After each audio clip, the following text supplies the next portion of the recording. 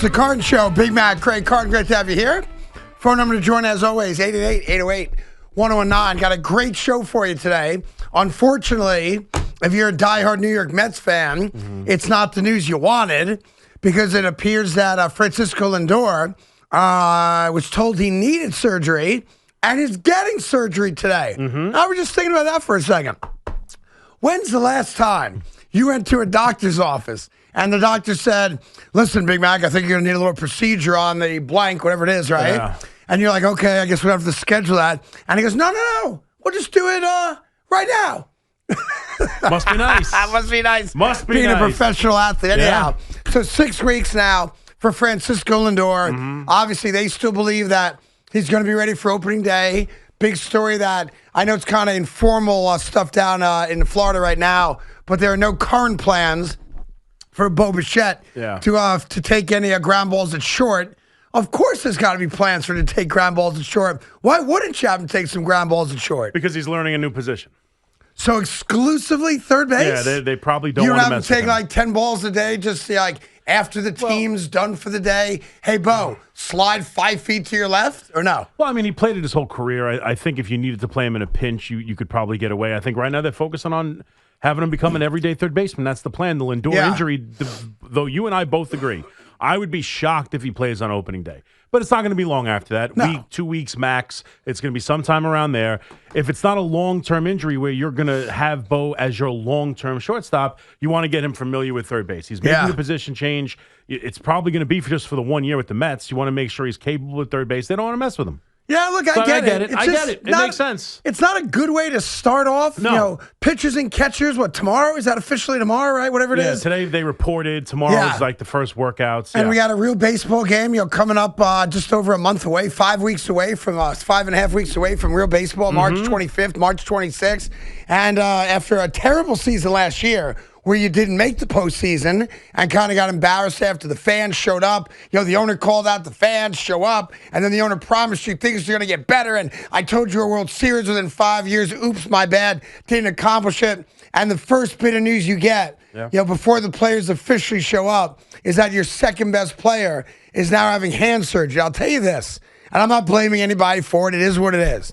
But it burns me to my innards when we have these stories where players, for some reason, wait to acknowledge that they've got some physical ailment and have it taken care of. Now, I honestly do not know when. I don't think anyone knows publicly when Francisco Lindor might have broken that hamate bone. And by the way, I thought the hamate bone was on the thumb side of the hand. Yeah. But I was reading online today, it's on the pinky side of the hand. It's on the pinky. Neither here nor there. It's still a surgery to your hand. Yes. Right? And I'm trying to figure out, I know the Mets claim that he only came to him a couple days ago. With some soreness. What was he doing 3 days ago that he suddenly had soreness in his hand where they were concerned that he broke a bone in his hand? I mean, that's a lot of red tube action, if you ask me, for a guy in the offseason to break his hand. Now, when I was 13 years old, I thought I was like an Olympic athlete. Yeah. Because I could do it righty. Yeah. I did it like there was a stranger in my bed, lefty every once in a while. I sat on my hand to numb it just to see if that person would have a good time in my bedroom. Yeah. And I never broke my hamate bone. No. So it cannot be an easy bone to break if I didn't break it from 13 to 15 years old, because I was setting records, man. Well, it's the pinky. That would be a full hand grip. Yeah. Like the pinky. Pinky's an instrumental finger, though, my man.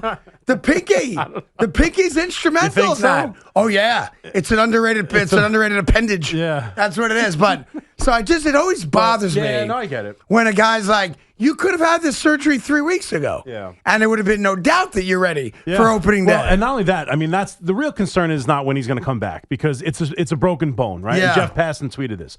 It's a broken bone. It's not a soft tissue damage where you pull a hamstring and it's up. You might heal different from a hamstring than I would heal different from a hamstring. They take time. They're tricky. You re-injure them. This is a bone. Yeah. They're going to reset the bone, or they're going to do whatever they do with the surgery, and it's going to be pretty much a 6-week recovery. That's pretty universal for this injury. Okay. The question is, How long does it take before he's fully back, not to playing, but to playing like Francisco Lindor? Because there has been, we talked about it yesterday, Francisco Alvarez suffered the injury. He was bad to start the year. Now, that could just be he had a slow start. Lindor is notorious for his slow starts. Or could you see guys, as Jeff Passan tweeted, many guys who've had this injury complain about being zapped of power for a while? That it could be months before he's back to being himself. Yeah. He'll be on the field, but is he going to be the dangerous threat Sure. that he's been? That's the real concern. What kind of player are you going to get? Now, I don't know. He's a slow starter. I don't think anybody knows. We don't know. But it is like the idea that it's no big deal. Like that's where we are right now. Yeah. Right. It's just crazy to me. It's either what a freaking disaster, and not only is it a disaster, but the timeline's fishy. It's weird about the World Baseball Classic. He was pissed off about his insurance, and now all of a sudden he's got an injury. Yeah. Or this is absolutely nothing, and you guys are making a big deal over everything. He'll be fine. It's somewhere in the middle. Probably. This is a significant injury that requires surgery. Yeah. He's going to be out for 6 weeks. Yes. And when he comes back, he still might be hampered by it for a month or By more the way, than that. I don't know how you're not hampered by a hand surgery as a baseball player. Yeah. It's not like a quarterback who throws righty who has injury to his left hand. He can still throw a football. If you're a shortstop in Major League Baseball, you need both hands. Yeah. And if you just had surgery on your hand, again, look, I'm not a doctor. But every doctor I've heard has commented about this in the medical world and the sports world has said it is 6 weeks, period, stop. Yep. And there's an expectation that when you get to that 6 week-ish kind of time frame, the expectation is he's good to go. Yep. But I also know baseball players are very, very particular about how many at-bats they want to get before the start of a season, how many innings they want to play to get to a place where they're just comfortable again. And I'm not sure that you can participate until the 6 weeks is up. Now, if you tell me that 4 weeks in, he can start taking ground balls and he can take some light batting practice or hit off a tee so that the day the season starts, he's in a good place, the hand is okay, and you can swing at a 100-mile-per-hour fastball followed by an 80-mile-per-hour off-speed pitch, then great. I'm not going to be doomsdayer. I'm not the sky is falling. I would just say if I were a diehard Met fan, it would just piss me off that this came out yesterday. And I'm not saying that they didn't know a week ago. Right. Maybe David Stearns was telling us the truth. Yeah. They had no idea. We knew that he had his elbow cleaned out this offseason. That was planned, and they did it. And all good. But we had no idea that he broke a bone in his hand. And what frustrates me, and I believe frustrates diehard Met fans, and it would frustrate Yankee fans if it was a top 2 or 3 player on the Yankee roster, when you're all excited for spring training to start. It is a big deal for guys like you, diehard baseball fans. And the first bit of news you get is, oh, by the way, the captain of your team, the second best player on your team, I play 162, right? Something that we respect, a guy that doesn't really take days off, is now telling you, I'm not going to participate in spring training because I need surgery. And had the surgery, or I guess he's having the surgery today. As a fan, I don't care who you root for. It is a universal thought that pisses us off. Yeah. No, rightfully so. The Yankees have had this a bunch. A couple years ago, it was Luis Severino showed up to camp. He was like having a couple things. You heard a couple things throughout the offseason. He shows up to camp. He's got the elbow soreness before you know it, major injury. Yeah. Last year, the forearm soreness, rather. Last year, and I mentioned it when Boone was here, because Stanton showed up. Stanton's coming off an incredible World Series run. Right. He's hitting home runs all over the place. He was their best hitter. He shows up to camp with tendonitis in both elbows. You don't see him for 3 months. Right. That was devastating. You're right. There's something about the idea that today's the first day, and the first bit of news you get is that your shortstop's on the shelf. Right. And I mean, again, it's not the elbow tendonitis that was dealing with Giancarlo. Nobody's saying he's going to be out for months and months and months. He is going to probably miss the first game of the season, opening day. Not the biggest of things if he misses a week. Yeah. It's a week to start the year. The question is what kind of player he's going to be when he gets back, and that's just something we don't know. Well, we got lots to talk about today. Obviously, you're a diehard Met fan, baseball fan. You can jump in now, 888-808-1019. Yankees are healthy, though. Relax with the Yankees, Yankees Tiger. are healthy. Relax with the Yankees. No problem. Let's relax. There's no Yankees story today. Yes, there is. There's nothing to talk about Yankees but there's today. so much to talk about. Maybe at 6:30, there's a Yankee point that can be made. All good. I do have an NBA take that's really bothering me. Okay. It's not even about the Knicks losing to the Pacers last night. Bad game, embarrassing game. Yeah. Karl Anthony Towns took a step backwards yesterday. I ain't crying about it. I told you that. The Knicks are going to be just fine. Look, it was bad. It was ugly. It's an embarrassing loss. Can't let a bad team that's trying to lose drop 130 burger on you in your building. I'm going to write that one off. Bad job across the board. I didn't like Karl-Anthony Towns' performance last night. That's not my NBA point. The NBA needs to suspend LeBron James. Okay? The NBA should suspend LeBron James because it's enough. You know, the NBA, I thought, lost a golden opportunity where they should have had their All-Star game and should have their All-Star game during the off week in between the NFC, AFC championship games and the Super Bowl. Because the sports fans like us have nothing going on that weekend. And that would have been a great weekend since the NFL Pro Bowl no longer really exists.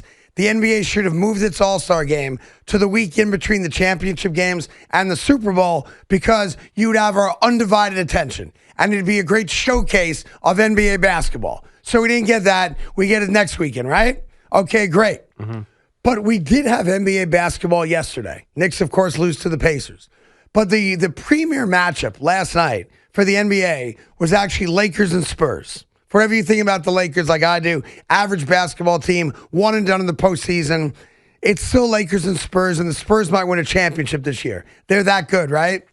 And your guy, the guy that you your generation believes, is the king of basketball, for the third time this year, chose not to put on his sneakers and shorts and jersey and play basketball because he is afraid of the San Antonio Spurs. And I'm sitting here as a basketball fan going, this is where basketball takes over, right? This is where basketball is the everyday conversation as we go through the All-Star break and then a fast sprint to the NBA playoffs. And you had an opportunity to dominate the landscape last night. And the guy that you gave individual patch to when he demanded it so he could celebrate himself as a 23-year veteran in the NBA and have a patch that they cut up after every game and sell in a top special NBA card pack. That guy decided to embarrass the NBA and not play basketball last night because you don't want that smoke. And it's the third time this year he has chosen, while healthy, not to play basketball against the San Antonio Spurs. So yeah, while I'm watching the Knicks last night embarrass themselves and give up 130-plus points to a Pacers team with no offense, trying to lose basketball games to get the number one pick in the draft, I flipped over at the end of the Knicks game to check out Lakers Spurs last night, and the first thing I find out is the self-appointed king stays on the porch with his Rottweilers because he don't want that smoke. And if I'm Adam Silver, if I'm the NBA, I suspend LeBron James. You're dead to me. You don't carry the torch for Michael Jordan. You don't carry the torch for Magic Johnson. You don't carry the torch for Larry Bird. You're a punk. You're afraid to play against the San Antonio Spurs. No Luka last night hurt. No Austin Reeves last night hurt. And LeBron James decided, I don't want to play basketball tonight because he's afraid of the San Antonio Spurs. What a joke. And for all of you out there that think he's the greatest basketball player of all time, you should be embarrassed if you ever utter those words publicly. Magic Johnson never ducked that smoke. Larry Bird never ducked it. MJ never ducked it. None of the great players ever ducked from a challenge.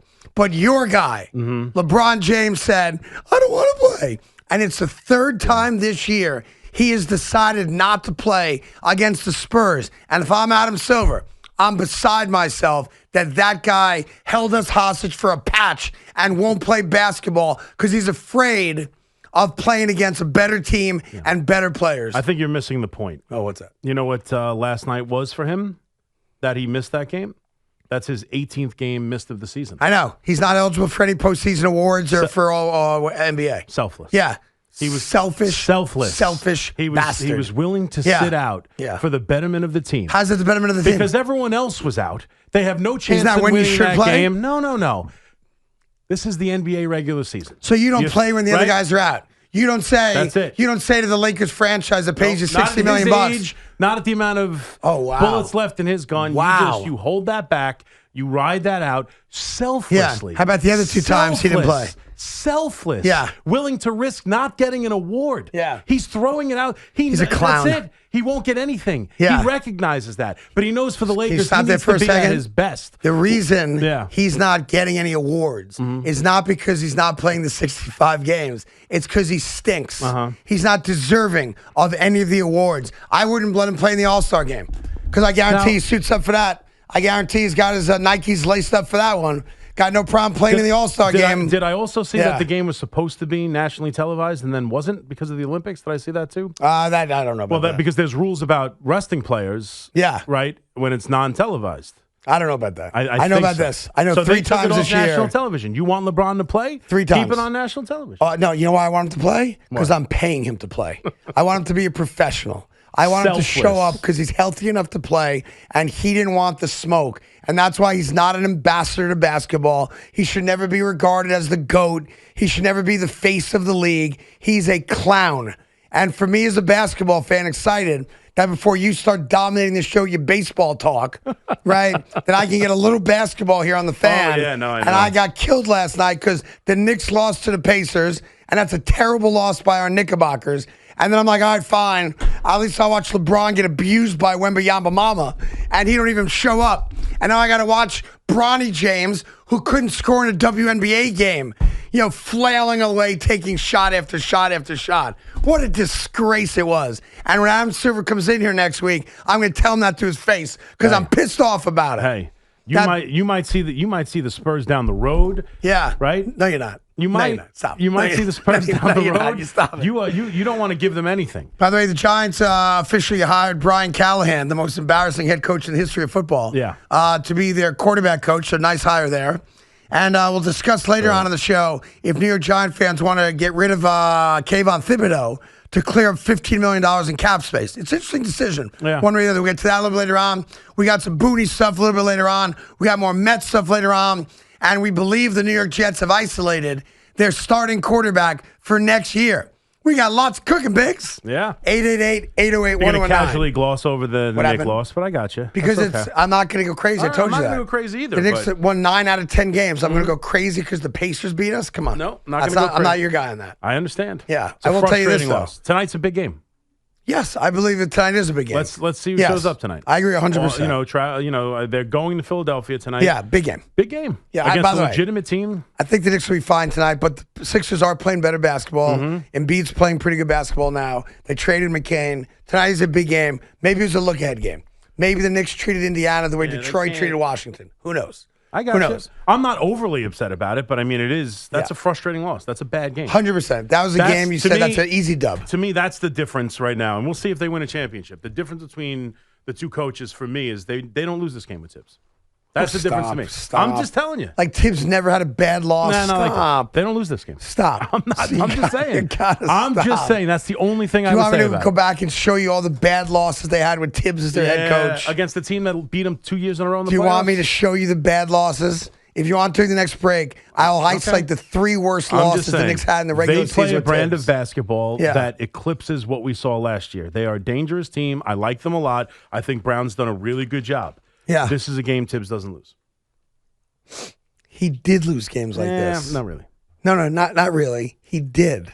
Frequently. Okay. The New York Knicks had bad losses every year of Tibbs' coaching career. I understand that. So the fact you're just not a Mike Brown guy. That's fine. I am a Mike Brown guy. That's fine. I'm just saying this is the difference in the team.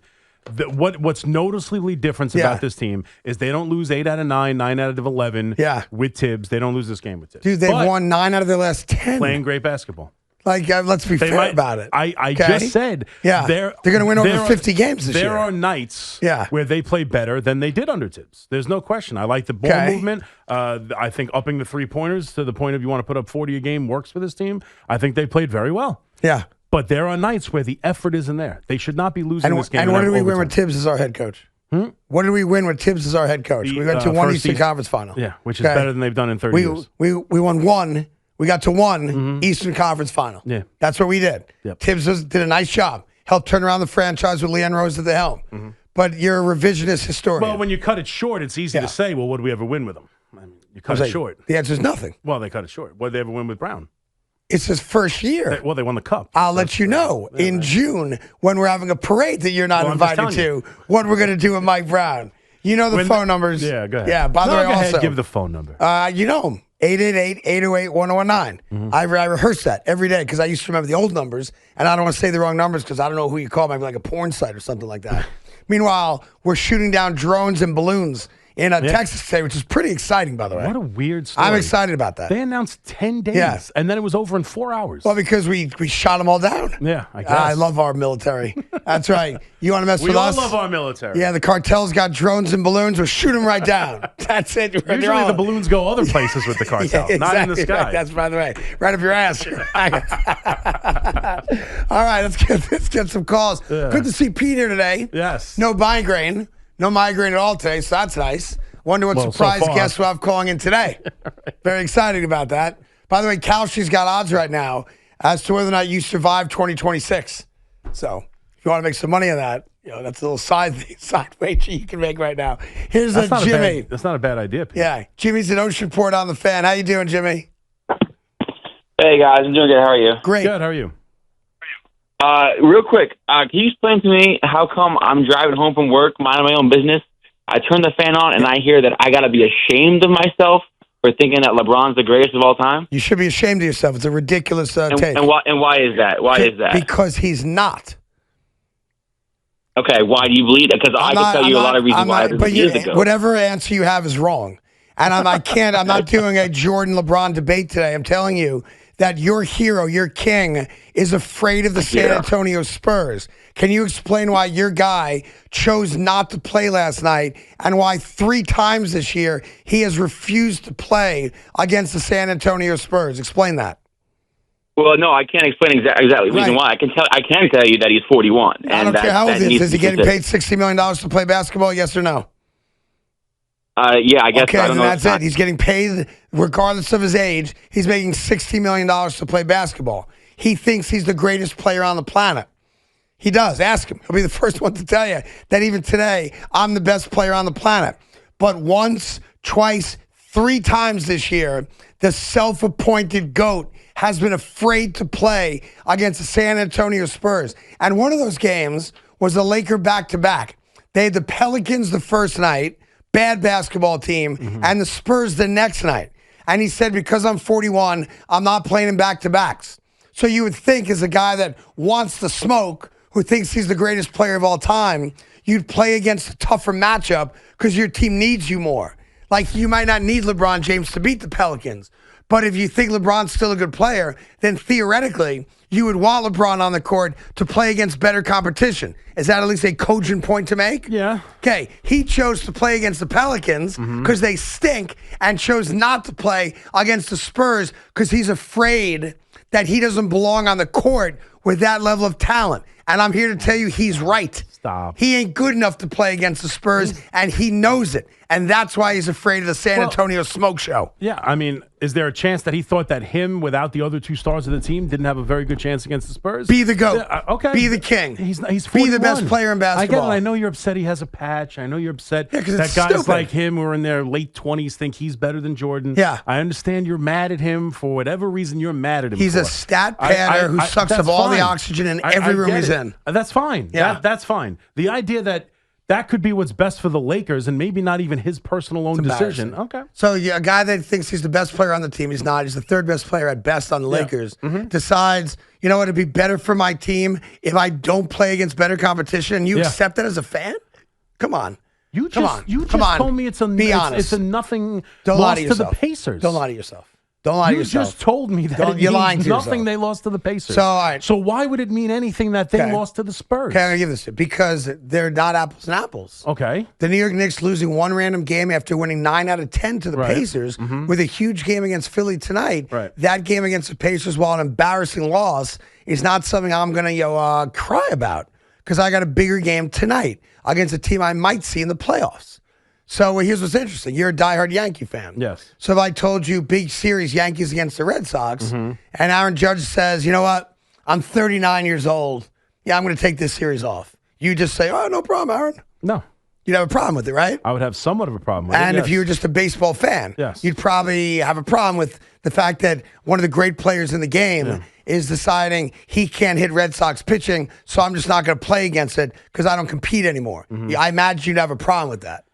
I probably would. If I felt there was a plan for Aaron Judge to get him to the end of the season where I know the Yankees will be playing playoff baseball, much like the Lakers know they're going to be playing playoff basketball, maybe there's a plan in place, and I wouldn't be screaming about it consistently over and over again. When I'm excusing lackluster non-show-up games from my own team. It's not apples to apples. You have to stop that comparison. Okay. I'm saying the Knicks had a bad, embarrassing loss last night. Yeah. I wanted them to win, but guess what? Right. All their stars played, and they just didn't play well enough to win. That sucks. Understand. That's also sports. The other team gets paid too. He is choosing not to compete.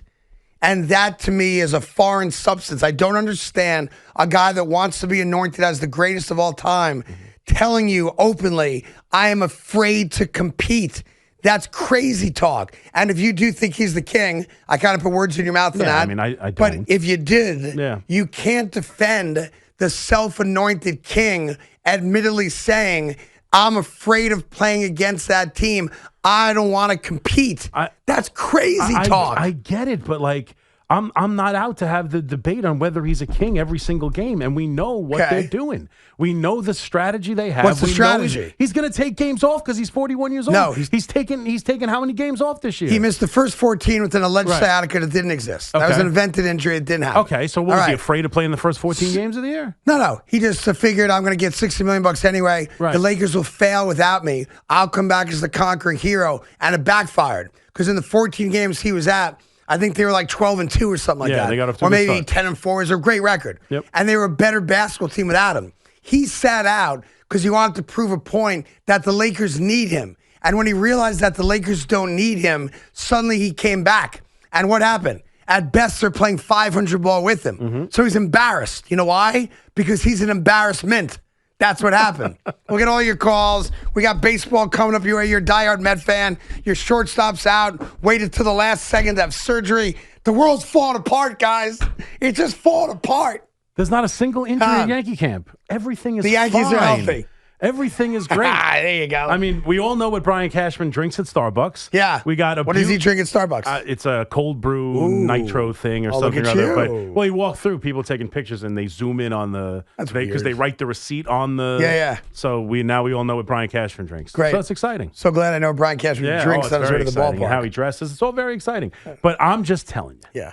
Today, Yeah. baseball is back. The sights, the sounds, the grass, the sun. That's great. People having catches, managers talking. That's and awesome. yes, it's a bit of a downer. There's a surgery for the starting shortstop of the you're New a York Met Mets. fan. But he'll be back. And I've been told all day long and all night long on Twitter and social media that it's fine and I'm overreacting, Fatso. So let's just Is that what Met fans are saying to you? That's what they're saying to me. Met fans are lying to you. No. If I'm a Met fan, I'm upset. I'm upset if I'm a Met fan. And Soto And they playing shouldn't left call field you is names. completely normal. So It's lazy. normal to suddenly change it because that's what the Dominican Republic team wants to do. It's perfectly normal. Met fans, you're being trolled right now by Big Mac, and I'm loving it.